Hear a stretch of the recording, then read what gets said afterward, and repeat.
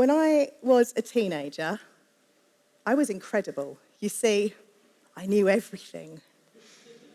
I knew my life would be complete with a pair of Doc Martens. I knew my parents had no idea what it was like to be young. And I knew, with absolute certitude, what women were meant to look like and meant to want to look like. And as I grew older, one certainty remained. My belief that in order for a woman to be beautiful, she had to meet a very specific set of physical standards. I spent most of my life trying to achieve those standards until 2017, when I turned 40, found my first bald patch, and lost all my hair to alopecia within 2 months. It was an experience that led me to question everything I thought I knew, and led to one of the most surprising discoveries of my life. You can be a fat, bald 40-something and feel beautiful. And with that came an even more shocking revelation. I'd been wrong. Being wrong can shake us, can't it? I want to ask you to think of a time you got something wrong. How did it make you feel? Embarrassed? Defensive? Angry? Making mistakes is part of being human, but even though we all know this, no one ever teaches us how to be wrong. In my previous life as a secondary school teacher, I loved debate lessons. I'd divide the class into 2 teams and give them opposing sides of an argument to represent. The winning team was the one that managed to keep going for the longest. One lesson, the debate question was, should the UK voting age be lowered to 16? I remember a loud, confident boy, Alfie, sneering that kids had better things to do than vote. On the other side of the argument, a girl called Salma spoke up. She gave very specific examples of kids who had fallen foul of the law while having no voting rights to influence the lawmakers. In other words, Salma knew her stuff. Alfie spotted his opportunity to take her down. Some of us have got a life, he laughed. What kind of kid cares about voting?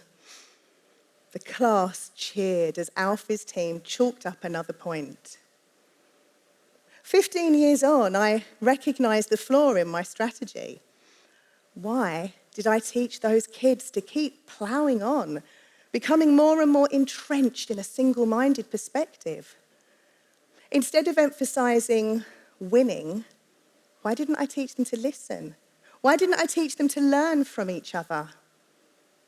Why didn't I teach them how to be wrong? I should have shown Alfie how to say, that's a great point, I hadn't seen it like that before, enabling him to cross to the other side without fear or shame. Instead, my class learned that the most important thing was winning at any cost. Alfie's team was the loudest, the most aggressive, and the least willing to back down. And they declared themselves the winners. Fast forward to now, and that classroom was a precursor to the kinds of scenes that we see unfolding every day across social media. Take any important issue and you'll find 2 diametrically opposed viewpoints. Vaccines, climate change, refugees, there's no middle ground. Of course, this isn't new. We've always found things about which to fundamentally disagree. But in the 21st century, we disagree in a whole new way. In a hyper-connected world, it's never been easier to fight with strangers. And much like my class of 15 years ago, the losers of these online battles aren't the ones who know the least, but the ones who run out of arguments first.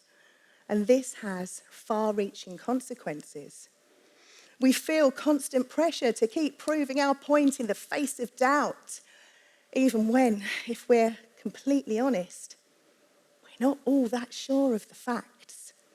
And this is leading to a dangerous spread of misinformation. And with each of these online skirmishes, the world gets a little more fractured.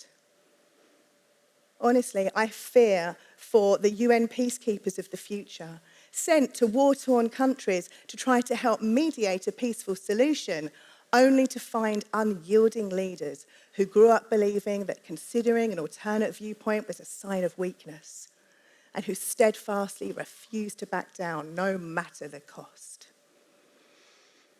This win-at-all-costs mentality is halting our collective progress as a society. When we won't admit we're wrong, we miss out on learning opportunities that can help us develop and thrive. A refusal to back down is akin to saying, there's nothing else for me to learn about this. Why would we choose that? Why would we prefer to be seen as narrow-minded or arrogant rather than fallible? Why do so few of us have the confidence to admit when we're wrong? And there it is. The solution that can save the world. Confidence. Confidence means different things to different people, but often it's about having a self-belief that can't be shaken or swayed by those around us. But self-belief isn't the same as believing we're always right. I think it's the opposite. Self-belief means being okay with being wrong. It means knowing that our mistakes don't impact on our intrinsic worth as a person. In my work as a confidence coach, I often help women who are resting their entire self-worth on external factors. Their self-esteem depends on other people's perceptions of them. They don't feel good about themselves unless they think they're seen as popular or successful or desirable or right. But once their self-esteem and confidence grow, and their worth no longer depends on the way other people view them, that's when being wrong stops feeling so scary, because their self-worth no longer hinges on being right. And once we find that confidence to admit when we're wrong and learn from it, we can stop adding to that toxicity that's overtaking us and instead begin healing the world. Let me give you an example. When I made myself admit I'd been wrong about what it means to be a beautiful woman, I allowed myself to embrace that wrongness rather than run from it. I began sharing my story, inspiring other women to question whether maybe they'd been wrong about this thing too. And so my work as a confidence coach began to evolve. 5 years on, I am incredibly proud to have had such an impact on so many lives.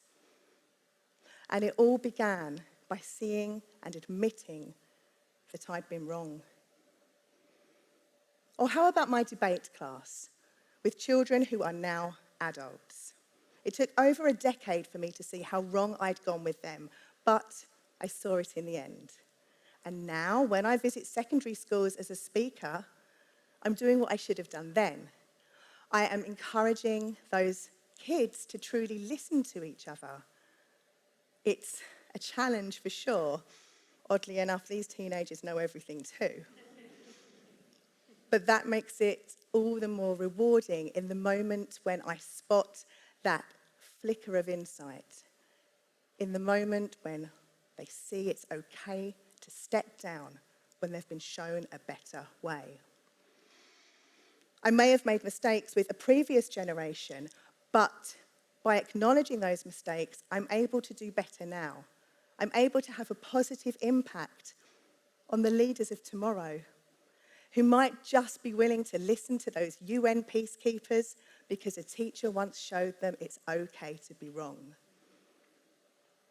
And you can do it too.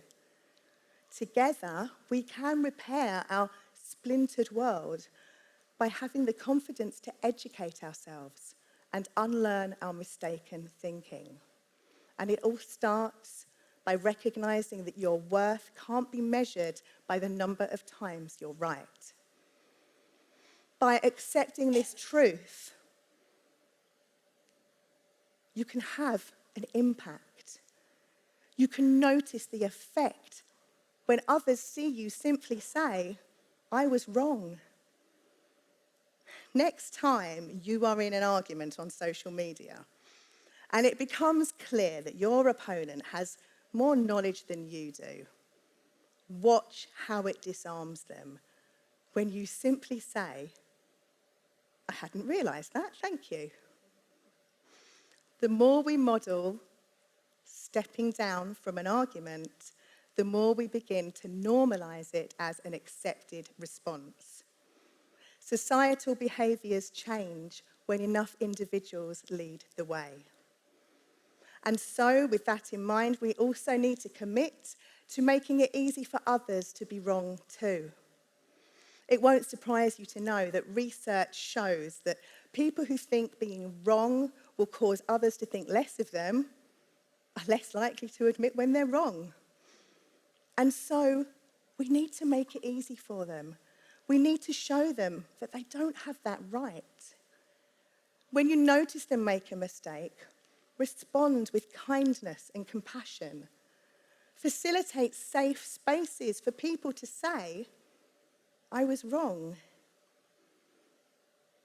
Imagine a world where that's normal. Imagine a world where we all feel safe to say when we're wrong and learn to do better. We can create that world. And all this is to say that in your hands is a superpower that can save the world. And it's not laser eyes or super strength or X-ray vision. It's the ability to admit when you're wrong.